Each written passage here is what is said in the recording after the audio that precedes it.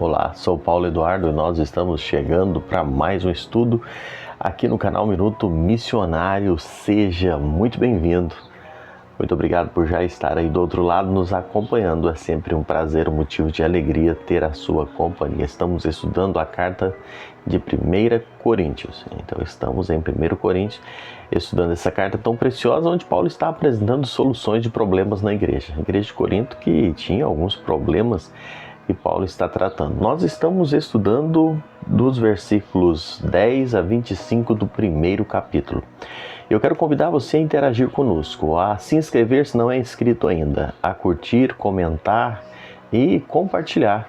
É sempre importante quando você faz isso. Nesse momento, quero te convidar a juntos estudarmos a palavra de Deus. Vamos?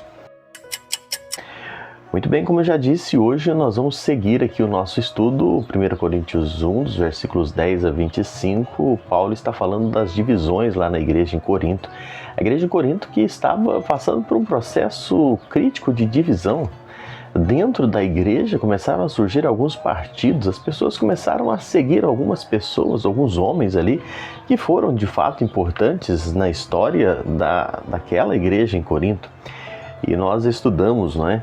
Que as pessoas começavam a se identificar com um ou com o outro e surgiram alguns partidos, e até mencionamos isso para facilitar você entender. Nós falamos que surgiu o partido de Paulo, né? Aqueles que diziam eu sou de Paulo. Esse partido de Paulo certamente era aquele partido mais liberal, porque Paulo ele combatia aqueles judaizantes, né, que queriam trazer os costumes dos judeus para dentro da igreja cristã. E eles usavam dessa liberdade que Paulo deu para a libertinagem. Isso ia contra o que Paulo de fato estava ensinando. Falamos também que existiu aquele grupo que seguia nós falamos aqui, seguia Apolo, não é? Apolo, ele era certamente um erudito, era um homem sábio, vinha de Alexandria, então aquele grupo que seguia Apolo era o que se julgavam os mais conhecedores, os mais sábios, não é? Que tinham discursos mais eloquentes, e as pessoas se julgavam melhores do que os demais por seguirem Apolo. Mas ali também existia o partido conservador de Pedro.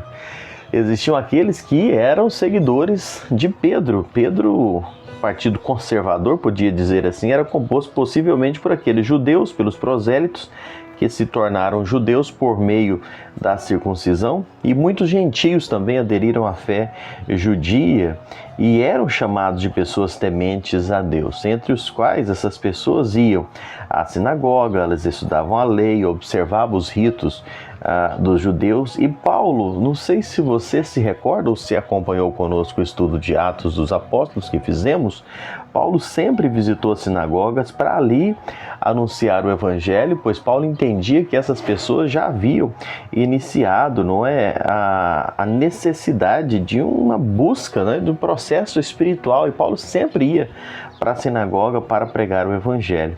Os membros da sinagoga normalmente eram pessoas muito conservadoras, gostavam de observar ritos, tradições, as cerimônias judaicas, as cerimônias judias, melhor dizendo. E como o apóstolo Pedro foi direcionado especialmente aos da circuncisão, e isso nós vimos também em Atos dos Apóstolos, havia dentro da igreja de Corinto um grupo que seguia a liderança de Pedro. David Prior, comentando esse fato, afirma que, de modo geral, todos concordavam que, de alguma forma, o grupo de Cefas ou Pedro, e aí só uma observação para você que talvez tem pouco conhecimento bíblico e está estudando conosco, Cefas e Pedro é a mesma pessoa, com nomes, não é, distintos. Então, Prior dizia que esse grupo que seguia, né, Cefas, representava aquele cristianismo judeu. Barclay, comentando, ele esclarece que os membros do partido de Pedro eram aqueles que ensinavam que os homens deviam observar a lei para a salvação. Na verdade, eram legalistas, não é? Eles exaltavam a lei e ao fazê-lo apequenavam a graça de Deus. Então achavam que guardando a lei eles eram salvos, ou talvez guardar a lei seja forte essa expressão, mas anexava junto à graça alguns aspectos da lei. não muito diferente do que alguns grupos fazem hoje. Você deve já ter ouvido falar, alguns grupos que dizem que você precisa guardar um dia da semana, que aquele dia é um dia sagrado, ou que dizem que você não pode comer tal coisa, tem que comer isso, tem algum ritual para ser salvo. Esses grupos eram os mesmos que ainda estavam aqui na igreja de Corinto, né? Que se julgavam melhores porque guardavam, observavam alguns aspectos da lei e diminuíam, consequentemente, a graça de Deus. Então esse era o grupo de Cefas, ou Pedro. E aí você sempre que ouvir falar em Cefas, lembra que está falando de Pedro. Existe um outro partido, que é o Partido Cristão de Jesus, a gente podia dizer assim. E aqui vale uma observação interessante, né? O Partido de Jesus, é bem provável que esse partido com esse nome mais bonito fosse o mais problemático. Eu estava estudando isso aqui pensando, né? Se a gente olhasse friamente, ser do partido de Paulo, de Pedro, de Apolo, enfim, e o partido de Jesus seria o mais interessante de seguir. Mas alguns comentaristas dizem que esse grupo era o mais problemático, talvez o mais exclusivista. Os membros desse grupo, eles evidenciavam um orgulho espiritual sutil, dando a aparentar que eles eram os únicos certos, os únicos cristãos verdadeiros. Talvez esse partido, ele dissesse o seguinte: quem não estiver do nosso lado está fora, quem não estiver no nosso grupo não tem a salvação, quem não jogar no nosso time, não defender a nossa bandeira, não pertence à igreja verdadeira. Talvez esse grupo fosse aquele grupo que consideravam-se os iluminados, os espirituais, com quem Deus falava diretamente, e esse grupo não se submetia a nenhuma liderança humana, não tinham obediência, não é, dentro da igreja local. Era um grupo que se rebelava e assim eles se comportavam. Barclay escreve assim: deve ter existido uma pequena seita rígida e farisaica cujos membros pretendiam ser os únicos verdadeiros cristãos de Corinto. Sua verdadeira falta não estava em dizer que pertenciam a Cristo, mas em agir como se ele pertencesse somente a eles. Talvez esta seja a descrição de um pequeno grupo intolerante e santarrão.